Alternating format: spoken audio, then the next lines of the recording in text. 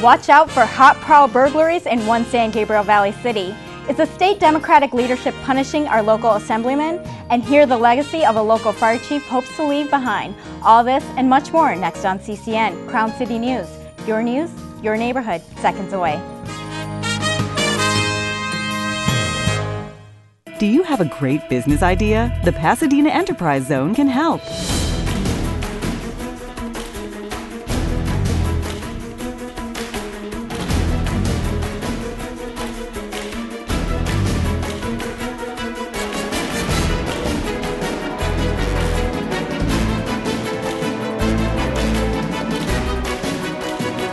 The Pasadena Enterprise Zone, open for business. Hi, I'm Jesse Avila at the Convalescent Aid Society, a nonprofit organization established in 1923. We provide the free loan of durable medical equipment, of hospital beds, wheelchairs, walkers, canes, and many other items. Your donations and contributions are welcome and greatly appreciated. We are located at 3255 East Foothill Boulevard in Pasadena. We're here to help you!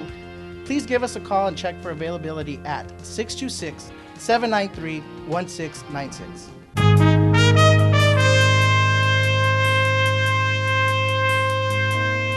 Hello everyone, thank you for watching CCN Crown City News, your neighborhood. I'm Sehnita Joshua Mattison. Now you won't want to miss this newscast. State Assemblyman Anthony Portantino joins us, and later outgoing Pasadena Fire Chief Dennis Downs. But first, here are some of the stories making news right here in the San Gabriel Valley. Bo Fang's friends and family are gathering signatures to urge two San Gabriel City Councils to make the busy crosswalk where she was killed in mid-July safer. Her friends say the high school grad was looking forward to starting college, but her life was cut short when she was hit by an elderly driver at the intersection of New and Shorb, which connects Alhambra and San Gabriel. The petition is on change.org, and so far they have more than 1,000 signatures online. Many in Arcadia remain on edge as police continue their search for hot prowl burglars. Those are robbers who enter homes while the residents are still inside. One recent victim of the robberies was former CCN reporter Adriana Sanchez.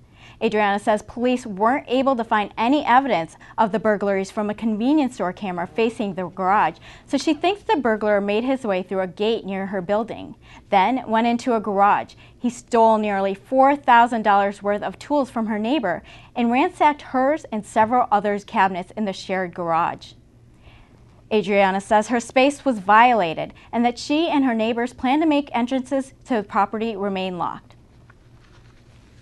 I heard of, of an incident that they were in a home when they had two teenage kids, and so that kind of made me real fearful because I have a teenage son and it's just me and him. So knowing that it hit home and it was just a few hours, they just entered my property was kind of just like a real scary feeling. It's hot. People tend to leave their windows and their doors open, and I guess this is a time to really be more aware that maybe crime is occurring more. Arcadia police say residents reported two other hot prowl burglaries this past Tuesday and Thursday. In one case, the suspect stole a purse and ran after the resident woke up to find the burglar in her bedroom. Police describe a suspect spotted in the area as a 5'10", 150-pound white male wearing a red shirt and basketball-type shorts. If you have any information about these cases, you can call Arcadia Police at 626-574-5150. Marcos Costa, the Brazilian truck driver involved in the 2009 fatal crash on Angeles Crest Highway in La Cañada, was convicted of 2 counts of vehicular manslaughter and involuntary manslaughter Friday. He was also charged with 3 counts of reckless driving, but not of the second-degree murder charges, which would have carried steeper sentencing. Officials allege the Costa ignored safety warnings about his brakes and went on a steep path not intended for big rigs. The crash killed 12-year-old Angelina Pasca and her father Angel Pasca, who were sitting in a bookstore cafe when the vehicle the big rig hit crashed into the building. Costa faces up to 9 years in prison. He's back in court September 8th for sentencing. Well, politicians say it's their job to stand up and speak up for their constituents. But if that voice goes against the party line, sometimes it can leave the politician in the doghouse. When the party wants to put its members on a short leash, They at times punish them by withholding funds for mail, removing parking spaces, cutting staff, and moving people to the smallest offices the size of a closet. Our 44th District Assemblyman Anthony Portantino of La Cañada is feeling the heat from his party. He cast the only no vote from Democrats on the state budget last month and now says his party is retaliating against him for voting his conscience. The Assemblyman is here live to tell us what's been going on. Thank you for being here, Mr. Portantino. Thanks, Sehnita, for having me. Appreciate it. So you were the lone Democrat who voted against the state budget. In the state assembly, I was the only Democrat who stood up and said, you know what, we have our priorities wrong. Public education should be the #1 thing that we focus on in California in particular. Higher education at this point should not be getting the severe cuts that the leadership wanted to do. And for our district, as you know, this is a district that respects the community colleges. PCC is the heart and soul. Public education is the backbone of the 44th Assembly District, and certainly upward mobility and the economy demand that we focus on it. And so I wanted to have a conversation about priorities, and I was shut down, and I said, well, frankly, these aren't the priorities that I got elected for, and my district wants me to carry out. And I stood up and said, I'm not voting for this budget, and I'm not voting for the education cuts, and I'm also not voting for the economic driver that the San Gabriel Valley relies on, which is redevelopment. We don't have a statewide jobs plan. We don't have a statewide jobs initiative, but local cities do through redevelopment agencies, and I didn't want to take that tool away from redevelopment agencies. And finally, there was the income projections were overly inflated, and John Chung has come out since the budget was adopted and verified what I said, that the income projections were inflated, and so I wouldn't support the budget. Okay. Now, were you getting support from your constituents? Were they calling in, telling you that they didn't want you to vote for it? What were you hearing before and now after? Well, as the proud representative of this district for 5 years, I feel very close to the residents of the 44th Assembly District, and I know that it's a suburban district that cares about education. So I felt I was responding to their wishes, and I said I wouldn't vote for it. And my punishment, or my consequence for voting my conscience, 9 days later I got a letter from the Rules Committee saying, oh, by the way, we have now cut your budget, therefore you're over budget. So it's kind of ironic, the folks who set the budget created the shortfall and then are trying, frankly, dishonestly, to blame me for creating a shortfall. And the irony there is I'm the guy who doesn't take a state car. I don't take a state cell phone. I carpool with my wife to the airport, so I don't charge the state for parking. I don't participate in the Assembly Mass Mail program. I haven't changed anything since I got elected 5 years ago. I'm still spending at exactly the same threshold. They arbitrarily cut my budget, frankly, just to punish me. It's wrong, it's unheard of, and now what they're doing is they're proposing, listen to this, they're proposing to lay off all 11 members of my staff for 40 days. Wow. They're going to shut down my 2 offices. Again, who are they going to punish? The innocent residents of the 44th Assembly District and the proud 11 members of my staff who work tirelessly to serve the needs of the district. They're going to lay those people off in a very mean-spirited, petty attempt to try to hurt me. And it's just stupid. And so they're going to expect you to do your job without any support staff, without any of the field reps that go out and meet the constituents. Now, they're also saying that, they're saying you're $67,000 over budget, and that, you were given this notice. I know you got a letter in July, but that they had told you back in January that this budget was going to be over. Here's what they've done. Frankly, back in December, the Speaker threatened to cut my budget.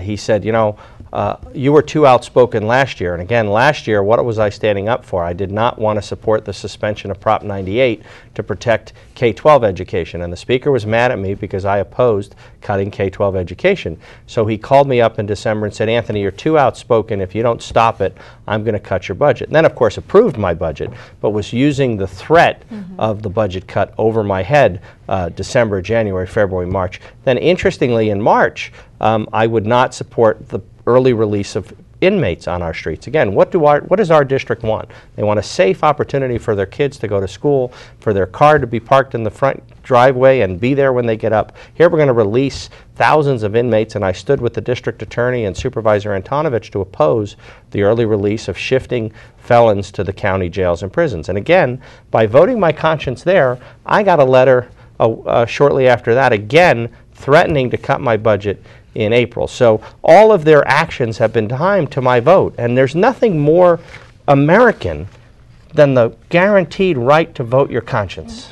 Now, some are saying that the reason that you've been standing up so much and not voting with your party is because, you know, you have future goals of running for Congress, and this is a way to make a name for yourself. What do you say to those folks? Well, bring that on, because I'm doing exactly what I did this year as I did 5 years ago. I stood up for education, and prior speakers will tell you that I walked into their offices and I made my argument to them. The only difference between now and 4 years ago, 3 years ago, 2 years ago is the leadership then respected somebody who looked them in the eye and spoke their truth to power, or spoke their conscience.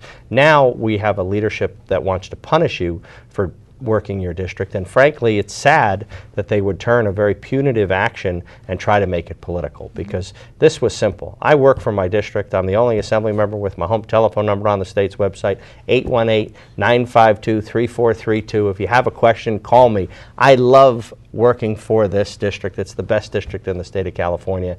They can say whatever they want, but let them put one document on the table to prove their point. And that's the other thing. We've asked them to disclose the budget documents, and just today we got a letter saying they are not going to disclose the budgets of all the assembly members and the committees. They're not going to put the detailed overall budgets on the table. What an outrage that the public can't see how the public's money is going to be spent. And you know why they won't release the budgets? Because when they release the budgets, they'll show that I'm the only one being singled out. I'm the only one being asked to cut people off, and I have one of the smallest budgets to begin with. It's an outrage. I know the Star News has also been looking for those budgets, so we'll see if those ever do get released. Really quickly, I just wanted to ask you, locally you've had support from Mayor Bill Bogard on the redevelopment zones. You had voted against that bill to remove those redevelopment zones. What do you think the impact will be locally, since those bills did pass? Well, frankly, I think local government's going to take the state to court, and I think they're going to win. I was proud that a number of cities have sent commendations. The San Gabriel Valley Council of Governments voted to support my position, to protect their position. California Contract Cities Association. These are jobs. We need jobs. The cities are right. The money's going to be protected. They're going to win in court. And frankly, the folks in Sacramento don't get it, and they needed somebody to stand up. I'm just disappointed that there weren't 50 other people joining me and saying this is wrong, but that's the strong-handed nature of this business. People are afraid to be punished, and you know what? If I never hold another office because I stand up, I can live and sleep at night and be comfortable with who I am, because you got to do the right thing. Okay, well, if you do jump into Congress, I'm sure it's going to be even bigger fights, but I can make more people mad at me for doing the right thing. Okay, well, thank you so much for joining us. Good luck to you. Thank you. Well, July set heat records in every state of the country. What does August have in store for us? We'll find out when CCN meteorologist Curtis Peek gives us his forecast. That's next on CCN Crown City News. Your news, your neighborhood. We'll be right back.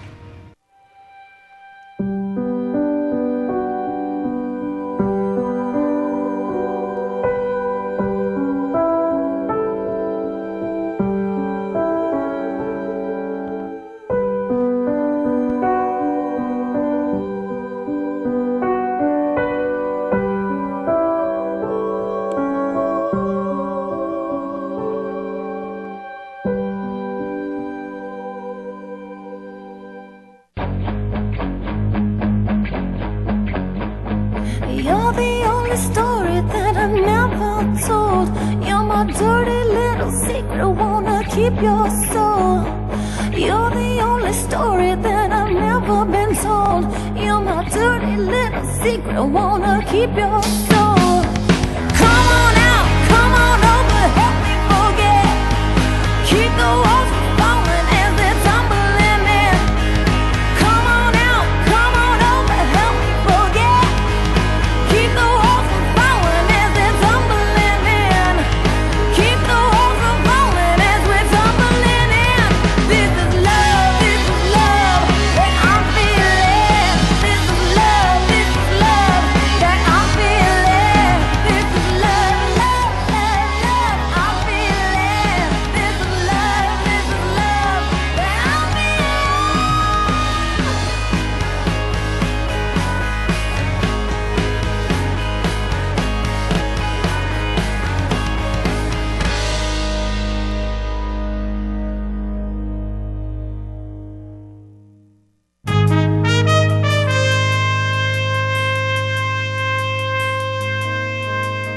Well, according to the National Climate Data Center, the U.S. hit all-time highest temps on July 17th. In fact, every state in the country had had temperatures either set or tied daily high temperature records in July. Will August also be a record breaker? CCN meteorologist Curtis Peek is here to let us know what's in store. Curtis? Well, I don't think August is going to be a record breaker for us. But what we're dealing with right now, instead of those high temperatures, we are dealing with that monsoonal flow. All right, everybody, here's a beautiful view that a loyal viewer sent us. These towering cumulus clouds. Thank you, CC, for sending that in. That's that unstable air that's building. That's where we get those pop-up thunderstorms and that lightning. All right, everybody, let's take a look at our satellite radar right here. Here's that monsoonal flow. But guess what? It's going to begin to move east. And we do have a low pressure right here, a trough, that's going to drop down off the Pacific Northwest. And it's going to give us a few days of cooler temperatures. Will it last? I have to tell you in my 7-day forecast, but the monsoonal flow is going to begin to move east. All right, let's take you outside right now. 90 degrees, our winds are out of the southwest at 7 miles per hour. Our sunrise tomorrow morning will be at 6:03, sunset at 7:55. As you can see, still a little humid out there. 35% humidity. As we take a look at our almanac right now, high pressure will begin to move out. We are going to have a cooler midweek, but that weekend is going to warm up. Our high today was 96 degrees, low 66 tonight. As you can see, we do have above normal temperatures, but you know, this is where we are. We are still below normal for this summer, just like last summer's. We are having a mild summer right now. Here's our lows for tonight. As you can see, 60s across the board, 64 in Arcadia, 66 in Monrovia. As we take a look at our highs for tomorrow, 99 in Arcadia, 97 in Monrovia. Up against those foothills, that's where that moisture and that heat is going to sit. Here's our 7-day forecast right now. As I said, tomorrow's going to be our warmest day of the week at 97 degrees. Then things begin to cool down, 96, 89, 88. But by Saturday, things begin to build. High pressure does come back in. It's going to sit over the four corner states. It's going to give us that clockwise rotation. I don't think we're going to see as much moisture from the monsoonal flow, but things are going to heat up over the weekend. Sehnita, back to you. All right, well, thanks for that, Curtis. Well, Pasadena Fire Chief Dennis Downs announced his retirement recently. He joins us in studio to talk about his career and what's in store. That's next on CCN Crown City News, your neighborhood. We'll be right back.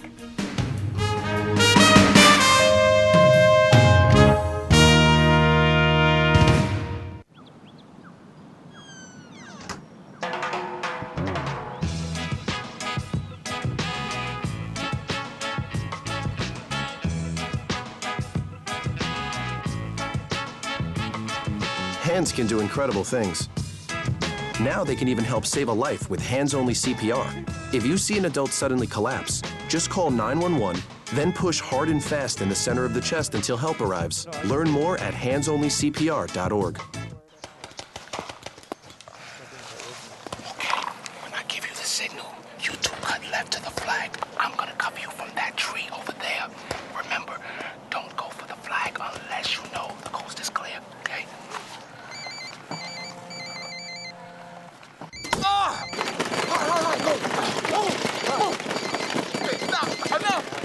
You don't have to be perfect to be a perfect parent, because kids in foster care don't need perfection. They need you.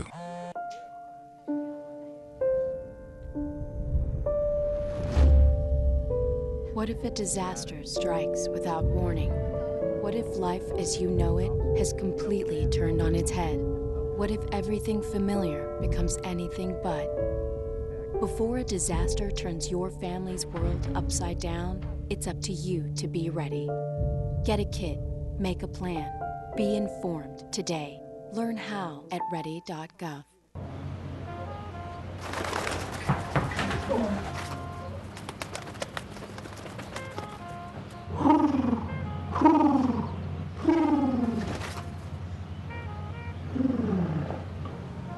Be free. Nice, Dad. Nice, Dad. Nice, Dad. Charles! Nice, Dad. You don't have to be perfect to be a perfect parent. There are thousands of siblings in foster care who'll take you just as you are.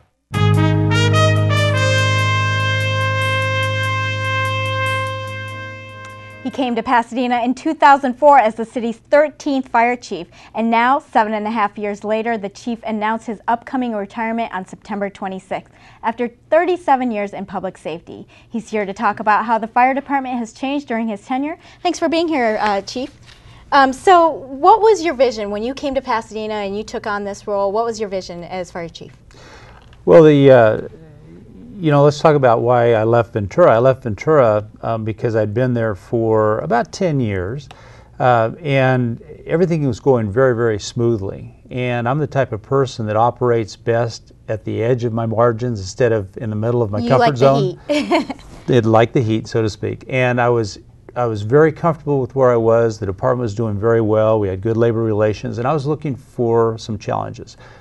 Take us now to Pasadena, a very dynamic city, vibrant city with a lot of challenges. And so the vision wasn't so much what I had in store for Pasadena off the get-go. It was more being able to assimilate into the department, be part of the city staff, and then determine what the needs of the department were.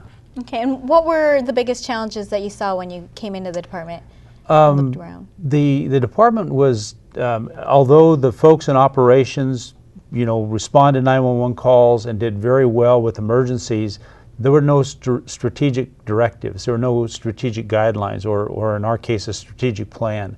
And so we were kind of like a ship without a rudder, and we were taking care of emergencies as they came up, but we didn't have any long-range planning or goals. And so one of the first things that I undertook as the chief was to bring together a strategic plan that was a 5-year plan of where we wanted to go over the course of the next 5 years. Okay, so you maybe took a couple of years to do that, then 5 years you instituted your plan.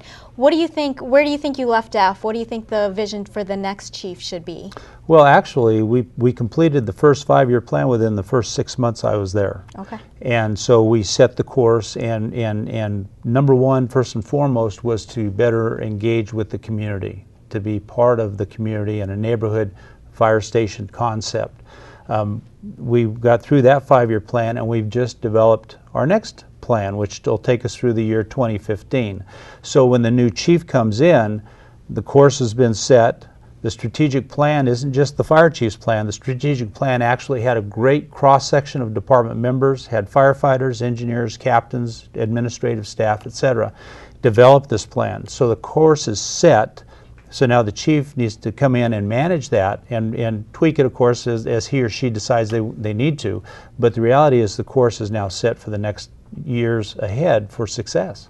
So do you think that the next chief doesn't necessarily need to be a visionary or a really bold leader? They have the agenda set for them and needs to kind of assimilate it in, as you said. Yeah, no, actually, any chief or department head, for that matter, does need to be a visionary. What I'm saying is that the course has been set over the next 4 years or so, which is a wonderful thing, but you need to be looking beyond that. So the chief, even though that course is set, doesn't mean that we need to stop there. It just means that the next chief needs to look beyond that. So when did you know for yourself that it was time to retire? I had heard it said that when it's time to retire, you'll know. And for about the last year or so, I felt that I was just ready to retire. It's been 37 years. I spent 5 years in law enforcement before I saw the light and got on the fire department. And then the balance 32 years has been with the fire service. And I've absolutely loved the career. I wouldn't do anything different. It was marvelous. But over the course of about the last year, I've just felt that it was time for me to pass the baton to somebody else now that can take the reins and go from there. Now, do you think the next chief should come from within the department, or do you think they should look outside? The next chief, as the interim chief anyway, will be, who's been my fire marshal, Calvin Wells, will be the interim fire chief, to try to manage through the next, probably, I'm going to say 12 to 18 months, I'm guessing. Okay. And then based on that, I am sure that the city manager will look both within and outside of the department. And the reason is, if you look at the way the department's structured, we only have a couple of deputy chief positions that would be competent to be able to take over as the fire chief. And for a position of this stature, you need to see how well your internal force is against what's available externally. And so I'm sure it'll recruit outside. I think we have the talent inside the department, but you still need to look at your talent inside and market against what the outside talent is. Okay, now how much do you think they need to have that balance of getting the community voice in the selection process with also being able to attract qualified candidates? Well, and this is true of any department head, but when the community sees the fire chief, the community sees the fire department, and so there absolutely needs to be community involvement. When I came on 7.5 years ago, there was a community panel that was put together by then City Manager Cynthia Kurtz to take a look at the candidates, assess the candidates, and the like. And so it was a part of the process then, and I think it's even, if not as critical, even more critical now. Okay. Now, talking a little bit locally at one of the fire stations, Fire Station 39 had to shut down for a seismic retrofit. What's happening now? They're moving to the San Rafael School? There's a temporary, the city staff has been looking for a temporary site for Station 39 for quite a while. Mm-hmm. Station 39 is in the San Rafael area, and there's not a lot of vacant land, let alone leasable property up there. So we have been searching diligently trying to find something. The most reasonable site, it looks like, is going to be perhaps the San Rafael school, the elementary school, in the lower playground. But that's still, we talked about community process just a moment ago, that's equally as important as finding a fire chief, is getting the community involved. A fire chief, former fire chief, had told me years ago, the two hardest things you will ever do as a fire chief is open a fire station in a neighborhood and close a fire station in the neighborhood. Because if you go to open one, they don't know what this is going to be like. They're afraid. Every time the doors go up, the sirens go on, which is a misnomer. That doesn't happen. Mm-hmm. And then once you're established, people look at you and hate to see you go because you were such good neighbors. Yeah. And so right now we're talking to the community. Wednesday night, this coming Wednesday at the San Rafael School, we're hosting actually City Council Member Mattison is hosting a community meeting to talk about the temporary site and then some potentials for some permanent sites once we have the funds to be able to build Station 39. Okay, so we'll be finding out more about that with the community meeting on Wednesdays. Yes. Now, are you really going to be able to retire? Are you looking for consulting positions? What do you see as the next couple months or years? Well, Sehnita, I can guarantee you that I am not giving up full-time employment to take on full-time employment. Okay. I'm giving up full-time employment to spend more time traveling, spend time with my wife. She's been retired 3 years ago, ahead of me. And so we want to be able to do a little bit of traveling. I'm a type A person. I like to be engaged. I like to be involved. There's only so much downtime that I can stand. Mm-hmm. And so I'll probably be doing some consulting and some different things just to keep my hands in it and stay busy. Okay, so you just had to retire early to scout out all the places you wanted to go to and figure out what you want to do next. Right, exactly. Okay, well, thank you so much for joining us, Chief, and we look forward to hearing more. Okay, well, thank you for having me. All right, take care. Well, that's it for this newscast. Thanks to Assemblyman Anthony Portantino and Pasadena Fire Chief Dennis Downs for going on camera with us. Special thanks to all of our sponsors, including Southern California Edison, the Pasadena Enterprise Center on North Lake Avenue, and Wink Marketing. Special thanks also to the amazing CCN crew. This show would not be possible without you. And finally, thank you for watching CCN Crown City News. Your news, your neighborhood. Join us each week as we cover the news in Pasadena and the San Gabriel Valley. For all of us here at CCN, I'm Sehnita Joshua Mattison. Have a great week.